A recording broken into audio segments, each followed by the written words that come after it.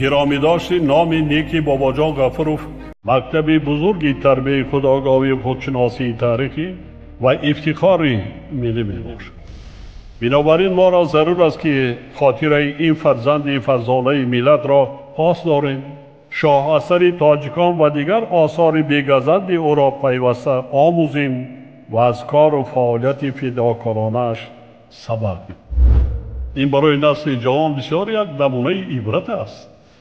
من نسبت بابا جان غفورов یک شخص فدایی نسبت به ملت تاجیک را می‌بینم.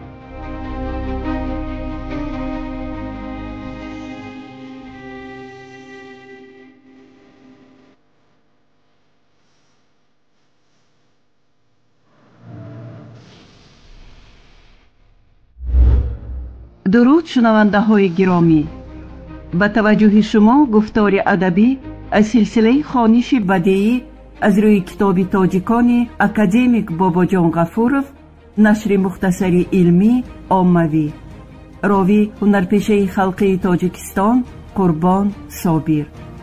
آغاز گفتار 74.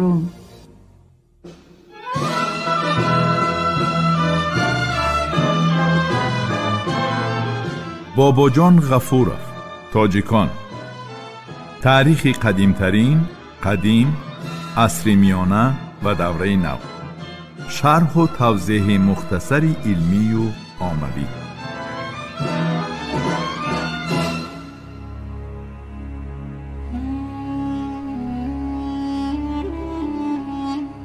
سیوم، مناسبت‌های اجتماعی و اقتصادی، قوه‌های استحصال کننده.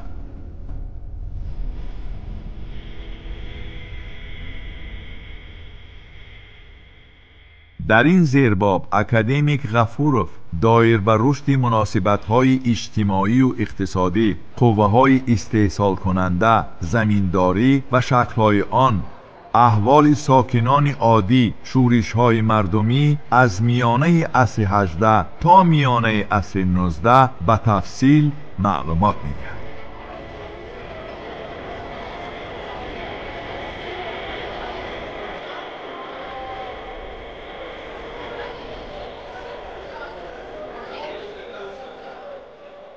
امارت بخارا یکی از کلانترین دولت‌های آسیای میانه بوده. مساحتش 180,000 کیلومتر مربع را تشکیل میداد. اما محل‌های امارت از جهت جایگیرشوی اهالی یکسان نبودند. وادی‌های زرافشان و قشقدریا سرنفوس و بخارای شرقی نسبتاً کم اهالی بود. شماره عمومی اهالی را با سبب نبودن معلومات عمیق آماری مقرر نمودن مشکل است. با تخمین محققان روس یف میندارف و نیو خانیکا در امارت بخارا 2.5 میلیون کس زندگی میکرد. طبق معلومات دیگری تخمینی آخر عصر 19 اهالی امارت 1.5-2 میلیون نفر بود. قسمت اساسی اهالی از تاجیکان و ازبکان مجموع 80% عبارت بوده. از پس آنها ترکمنها 10%، عربها، قزاقها، قرغیزها و دیگران می ایستادند. در ابتدای عصر 19 40% اهالی را آدمان کوچمنچی و نیم کوچمنچی تشکیل می دادند. اما در آخر عصر شماره کوچمنچی ها کمتر می گردند. در شهرها فقط 10% اهالی، حتی از این هم کمتر، زندگانی می کردند. یعنی نفوذ دهات نظر به شهر برتری مطلق را صاحب بود. در نیمه دوم عصر 18 و نیمه اول عصر 19 در امارت بخارا و خانه خوقند کارهای زیادی آبیاری انجام داده شدند. مهمترین شبکه‌های آبیاری وادی فرغانه در همین وقت به وجود آمدند. کانال و جویبارها را نه فقط از طرف حکومت بلکه از جانب فیعدلان کلان هم ساخته می شدند و هنگام کندن و تازه کردن کانال های دولتی مردم گرد و اطراف را مجبوراً به حشر جلب می نمودند. در زمین های آبی اصول کیشتگردانی 3-5 قطعگی استفاده می شد. آلات مهنت خیلی ساده بوده، اساساً با آماج شدگار میکردند. کلند یکی از مهمترین آلات مهنت بود. این چنین یک چند نوع بیل وجود داشت. در زمینهای آبی لله، شالی کشت کرده میشد. باغ و تاک پروری نیز خیلی رواج یافته بود. در ناحیه خوجند 60% زمین را کشتزار غله، از آن نصفش گندم، بعد جواری و شالی، کمتر جو و ارزن تشکیل می نمود. تقریباً 14% میدان از باغ و تاکزار عبارت بود. پخته جایداری 11 و از 10.5، ریشقه 6 و از 10.4، آبچکاری 4 و از 10.6% میدان را اشغال می کرد. در محل‌های به شهر نزدیک بیشتر باغداری و آبچکاری رونق می‌یافت. در بعضی ناحیه‌ها موقع اساسی را زراعت‌های صناعتی، پخته، تماکو، زغیرپایه و رستنی‌های رنگی اشغال می‌نمودند. چارواداری تقریباً در تمام ولایت‌های امارت بخارا موجود بود. مردمی وادی از چارواداری دیده بیشتر به زراعتکاری مشغول بودند. به استثنای آدمان دولتمند هر یک خواجگی 1-2 سرچاروا داشت. آن هم اکثراً از گاو و برزگاو و خیلی کم از بز و گوسفند عبارت بود. در خواجگی تاجیکان کوهستان و پامیر چارواداری موقع درجه اول را اشغال می نمود. چارواداری طایفه های نیم کوچمنچی و کوچمنچی خصوصیت دیگر داشت. رمه ها و همراه آنها اهالی یا خود یک قسم آن گاهها فقط چوپان ها از یک چراگاه به چراگاه دیگر می گذشتند. دوره‌ای در چراگاه نگاه داشتن چاروا خیلی مرکب و طولانی بود. اهالی شهر در برابر کسب و هنر و تجارت و زمینکاری هم مشغول می شد.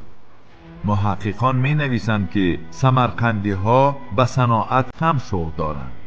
در اینجا همگی چند فابریکه بافندگی هست و خلاص. مشغولیت اساسی اهالی باغداری، استحصال ابریشم و پخته است. اهالی دهات بخارا مثل شهریان به کسب بافندگی مشغولند و آنها نه در بینای مخصوص بلکه در خانه خود کار میکنند. شهری های بخارا، تاشکند، قرشی، سمرقند، شهرسبز، خوقند، خوجند و اوراتپه مرکزی کسب و هنر به شمار میرفتند. با حسابی سوخریوه در بخارا 75-90 هزار کس، یعنی بیشتر از 3/1 تمام اهالی شهرنشینی امارت زندگانی میکرد. با مشاهده انو خانیکف سال 1841 تاجیکان نفوس اساسی شهر بخارا را تشکیل میدادند. به حساب میهندورف سال 1820 تاجیکان از 4/3 تعداد عمومی اهالی بخارا بودند. این سیاح می نویسد که تاجیکان کارگر و مهنت دوستند و به پیشه های گوناگون قابلیت زیادی دارند. آنها هم تاجر، هم هنرمند و هم دهقانند. حیاتی بادیه نشینی برایشان یگان فرهمندی نمی بخشد. اکثر آنها خوانده و نوشته می توانند و قسمتی مدنی تری اهالی بخارا را تشکیل می کنند. اکثر اهالی شهر از کاسبان و هنرمندان عبارت بود. در بخارا تقریباً 10-15 هزار پیشوران می زیستند که با خانواده خود قریب 4/1 اهالی شهر را تشکیل می دادند. کسب و هنر اختصاصهای زیادی را فرا می گیرید. قریب 100 پیشه جداگانه وجود داشت که در ساحه‌های علاهیده گرد آمده بودند. هر یک ساحه در نوبت خود به گروه و نوع‌های کسب جدا می‌شد. دایر به کسب و هنرهای مردم خوجند و اوراتپه عصر 19 ابتدای عصر 20 مدرک‌های زیاد دسترس شدند. در شهر خوجند که 20,000 نفر اهالی داشت، زیاده از 100 نوع استحصال هنرمندی وجود داشت. کسب بافندگی رونق بیشتری پیدا کرده بود و خوجند در قطار بخارا و خوقند یکی از مهمترین مرکزهای استحصالات بافندگی آسیای میانه حساب می‌یافت. در شهر اوراتپا از 1041 دکان کاسبان 187 تاش در دهه‌های کلان واقع گردیده، همه باقی مانده‌اش در شهر جای گرفته بود.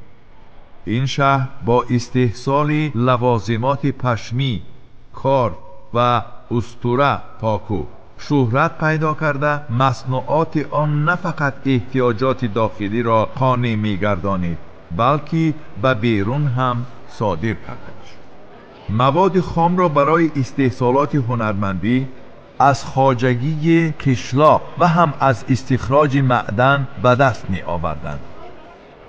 بسیار فلزات از جمله آهن، طلا، نقره از روسیه کشانده می شد. در آسیای میانه استخراج معدن کم نبود، ولی به سبب هنوز در حالت ابتدایی واقع گردیدن طرز استخراج و خیلی زیاد بودن طلبات، احتیاج کشور را تماما قانع نمی کرد. مقدار زیادی طلا در بخارای شرقی با اصول زرشویی حاصل کرده می شد.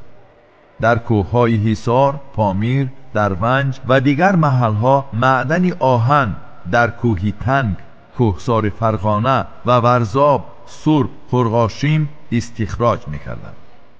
در فرغانه همچنین کان نقره موجود بود.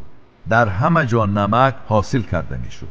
آن را هم به شکل درده و هم به شکل نمکسنگ، کانهای مشهور نمک رنگین کوههای غزار، نمک کوهی خواجه مؤمنی نزدیک کولاب و غیره به دست می آوردند.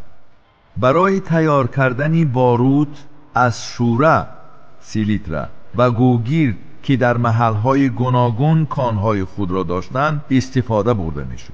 در کوهستان بدخشان و فرغانه هر گونه جواهرات و سنگ‌های قیمت بها از قبیل لعل و یاقوت، فیروزه، سنگ لاجورد و امثال آنها به دست آورده می‌شدند. در دایره جماعه پیشوران چند نوع یچیک ابتدایی وجود داشت. عادی‌ترین آن حوزه لیف بافان بود که در آن موقع اساسی را شکل جماعتی، خانوادگی تشکیل استحصالات اشغال می نمود، اما جمعیت نبود. در دیگر ساحه ها اصولی دو عضوه، استا شاگرد، یا خود سه عضوه تشکیل کار، استا خلیفه، استا شاگرد موجود بود. پیدایش اصول سه عضوه اکثرا در استحصالات بیشتر رواج یافته، بافندگی، کشف دوزی، چوینریزی از وسعت زیادی استحصالات مالی شهادت می‌دهد. در سالهای 60 عصر 19 وضعیت و کلی تغییر یافت. گروهی صاحبان دولتمندی کارگاه‌های هنرمندی پیدا شدند که ثروت زیادی را به دست خود جمع نمودند. اما مناسبت‌های اجتماعی در استحصالات هنرمندی همانا فی‌عددی بود. کاسبان و هنرمندان در نظام مناسبت‌های اجتماعی و اقتصادی این دوره مقابل فی‌عدلان قرار گرفته بودند.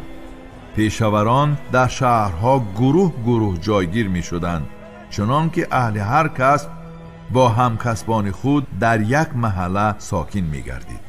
مثلا در شهر بخارا بافندگان 2 محل را مسکن نموده، آهنگران و چیلانگران نیز در 2 محله و ریختگران در 1 محله جای گرفته بودند. در شهر خوجند بافندگان در محلهای رزاق و سری بلندی قسم شرقی قلعه نو و آهنگران در 3 محل اقامت می‌کردند.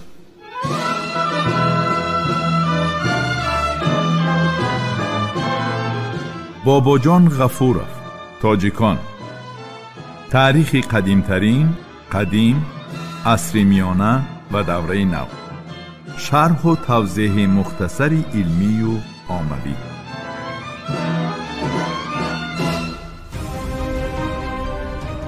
شنونده های گرامی، شما گفتار ادبی را از سلسله خوانش بدیعی از روی کتاب تاجیکان اکادمیک باباجان غفورов، نشر مختصری علمی عاموی را در قرائت هنرپیشه خلقی تاجیکستان قربان صابر شنیدید. محرر سیدزاده عابدجان، کارگردان عبدالمنان رحمان. این گفتار سال 2024 ثبت شده است. انجام گفتار 74.